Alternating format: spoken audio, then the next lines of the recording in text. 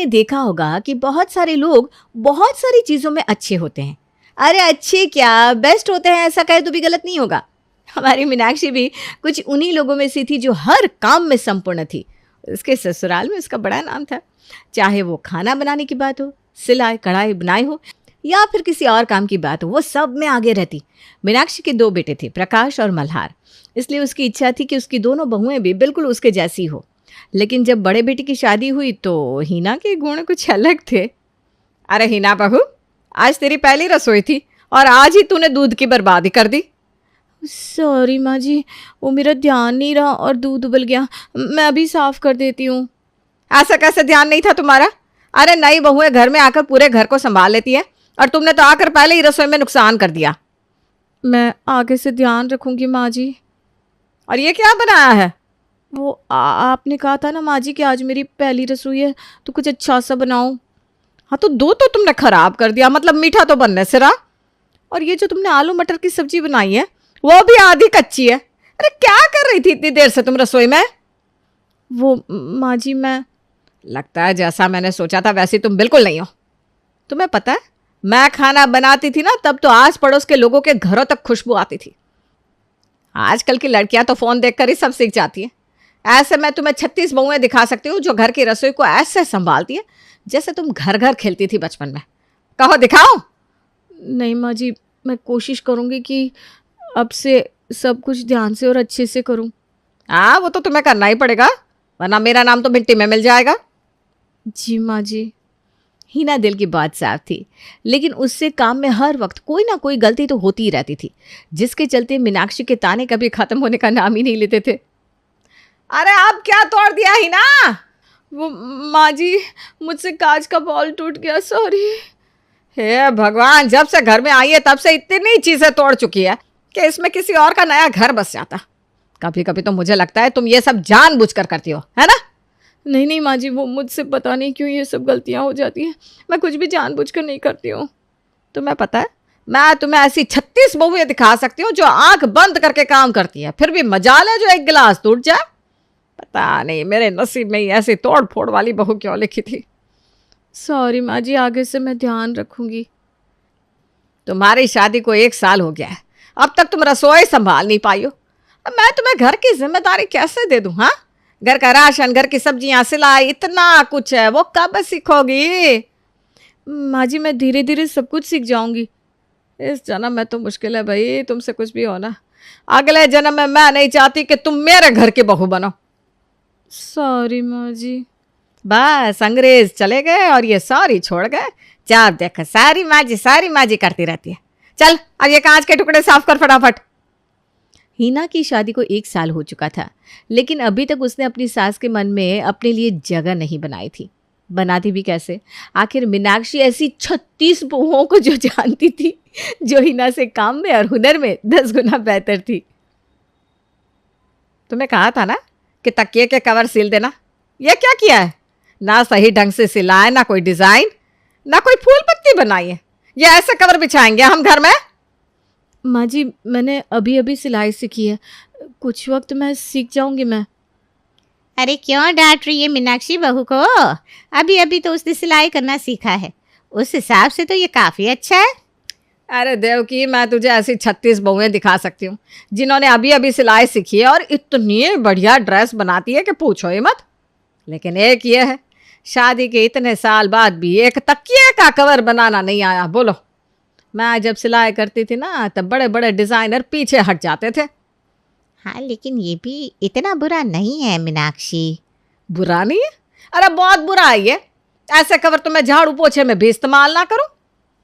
Sorry माँ जी, मैं फिर से बना देती हूँ। अरे रहने दे, मैं खुद ही सिल दूंगी। तुझसे ये सब होने से रहा। तू तो बस सॉरी बोल, वही आता है तुझे, और कुछ नहीं। हे भगवान, एक बहू तो किसी काम की नहीं है। मेरे मल्हार की बहू मुझे ऐसी देना कि जिसे देखकर ही लोग जल जाए। बड़े बेटे प्रकाश की शादी के बाद अब मल्हार की बारी थी शादी की, जहां एक तरफ मीनाक्षी ऐसी बहू ढूंढ रही थी जो उसकी हर इच्छा को पूरी कर सके, वहीं हमारे मल्हार ने तो अपने लिए दुल्हनिया ढूंढ भी ली थी। ये रहा तुम्हारा गाजर का हलवा, ये लो। तुमने बनाया है? हाँ, कैसे बना है?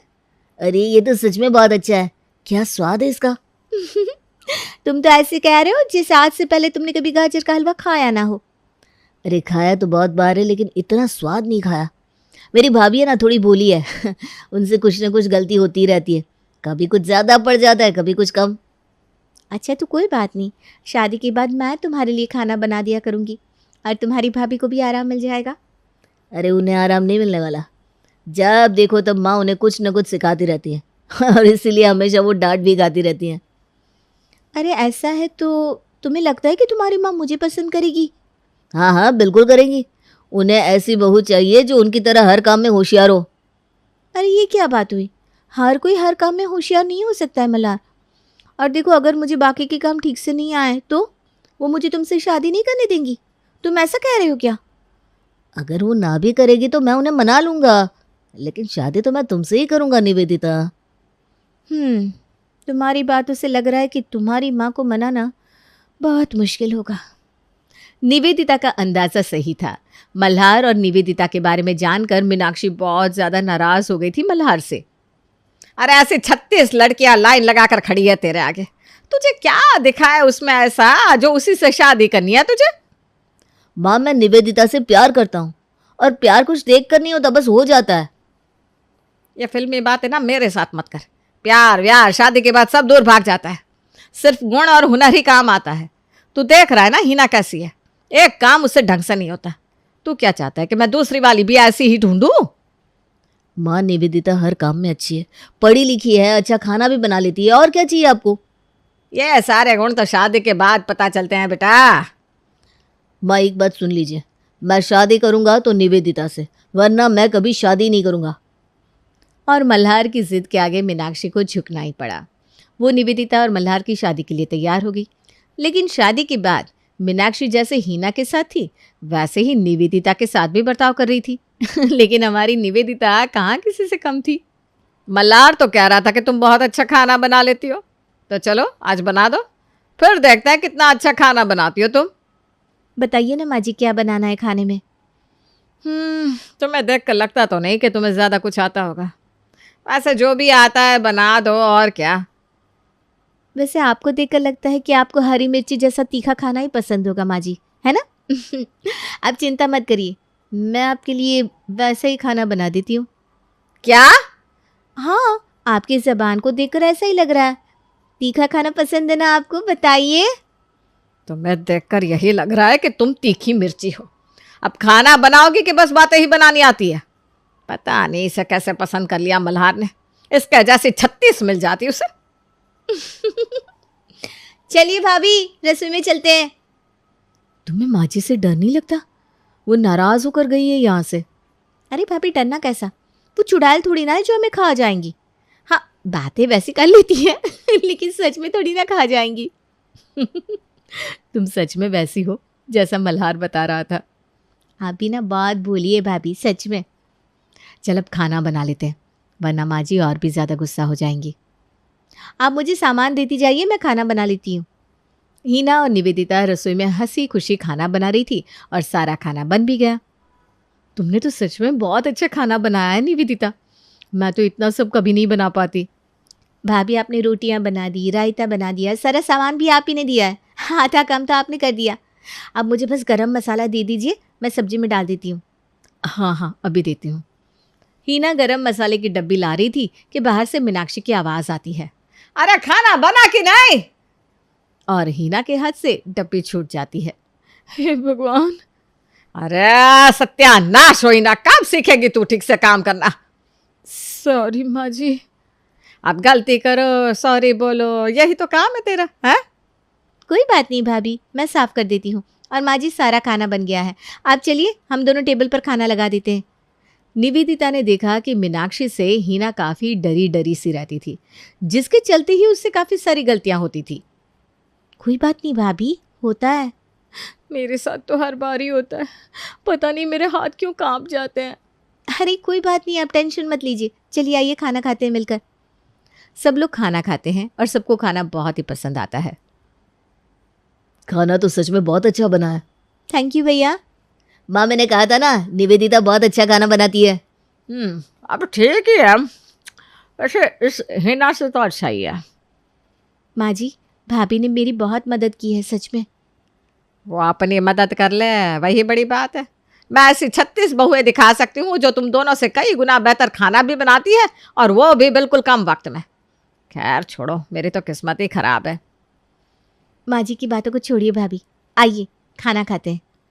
निवेदिता को समझ में आ गया था कि मीनाक्षी के तानों ने हीना के मन को डर के साथ जोड़ दिया था, जिसकी वजह से वो सही काम भी करती तो उससे गलती हो जाती। एक दिन जब निवेदिता और हीना कुछ बुन रही थी, वो मुझसे तो हो ही नहीं रहा ये भाभी।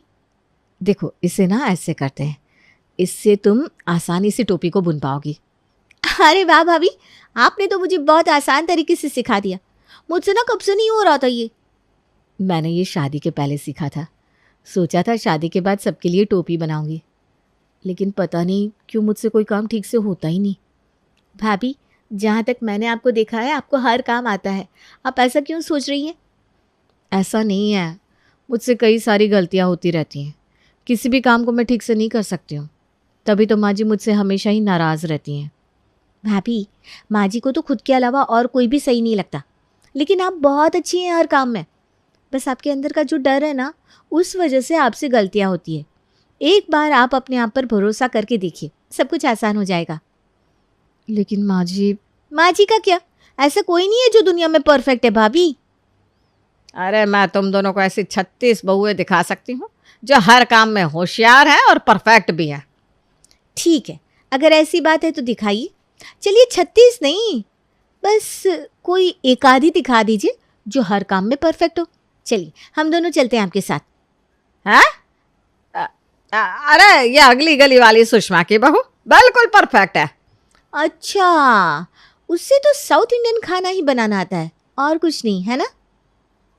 अरे वो हमारे पड़ोस की मिश्राइन की बहू को देख लो। अच्छा अच्छा, आपको पता है कल वो अपनी सास को गाली दे रही थी।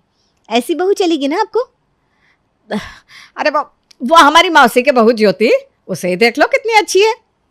भाभी, ये तो वही है ना जिसने अगली बार हलवे में नमक डाल दिया था। अरे वो क्या हुआ, नहीं मिल रही आपको 36 बहुएं? मिलेंगी भी नहीं माँ जी, क्योंकि हर इंसान के अंदर कोई ना कोई कमी होती ही है। आपने हिना भाभी को इतना सुनाया है कि उनके अंदर डर ही बैठ गया है कि सच में उनसे कोई काम नहीं होगा। वो खुद पे विश्वास ही नहीं करना चाहती हैं, जबकि आपको पता है कि उन्हें सच में सब कुछ आता है। वो अच्छा खाना भी बना लेती है और सिलाई बुनाई कढ़ाई मेहंदी सब कुछ उन्हें आता है। लेकिन आपने कभी उनकी खूबी को देखा ही नहीं, बस उनकी कमियों को देखा, जिससे आज उनके अंदर आत्मविश्वास की कमी हो गई है। ये जो आप कहती रहती है ना 36 बहुएं 36 बहुएं, वो सब मिलकर भी आपकी हिना बहू के आगे फीकी पड़ जाएंगी माँ जी। आज तुम्हारी बातें सुनकर मुझे याद आ रहा है कि मेरी सास मुझे हमेशा प्रोत्साहन करती रहती थी, हमेशा मेरी तारीफ करती थी, जिससे मुझे लगता था कि मैं अच्छा काम करती हूँ, इसलिए वो ये सब कहती है। लेकिन आज मुझे पता चल रहा है कि वो मेरे आत्मविश्वास को मजबूत करने के लिए ये सब करती थी। लेकिन मैं उस आत्मविश्वास को घमंड बना बैठी और ख़ुद को ही सबसे बड़ा समझने लगी। हीना बहू, मुझे माफ़ कर दे बेटा, मैंने तेरे साथ बहुत गलत बर्ताव किया है। पता नहीं तुझे क्या क्या कहती रहती थी मैं। नहीं माँ जी, अब बड़ी हैं, अब माफ़ी मत मांगिए प्लीज़। अब पुरानी बातों को यहीं छोड़ देते हैं और आज से एक नई शुरुआत करते हैं मिलकर। निवेदिता की बातों को सुनकर मीनाक्षी को एहसास हुआ कि उससे आज तक कितनी गलतियां हुई हैं, लेकिन उसने अपनी गलतियों को सुधारने का प्रण ले लिया। हीना, निवेदिता, यहाँ आओ दोनों। जी माँ जी। ये लो, ये तुम दोनों के लिए शगुन। अरे पर ये किस लिए माँ जी? अरे मेरी दोनों बहुओं ने आज इतना बेहतरीन खाना बनाया है, आस पड़ोस वाली तो खुशबू से ही तुम दोनों की तारीफ कर रहे थे। मैंने आज तक तुम दोनों के साथ जितना भी गलत सुलूक किया है, आज से मैं उस हर एक गलती को सुधारूंगी। ओहो माँ, क्या बात है, कुछ शगुन हमें भी दे दो। चुप कर, ये बस मेरी दोनों परफेक्ट बहुओं के लिए है, इनके आगे तो 36 बहुएं भी फेल है।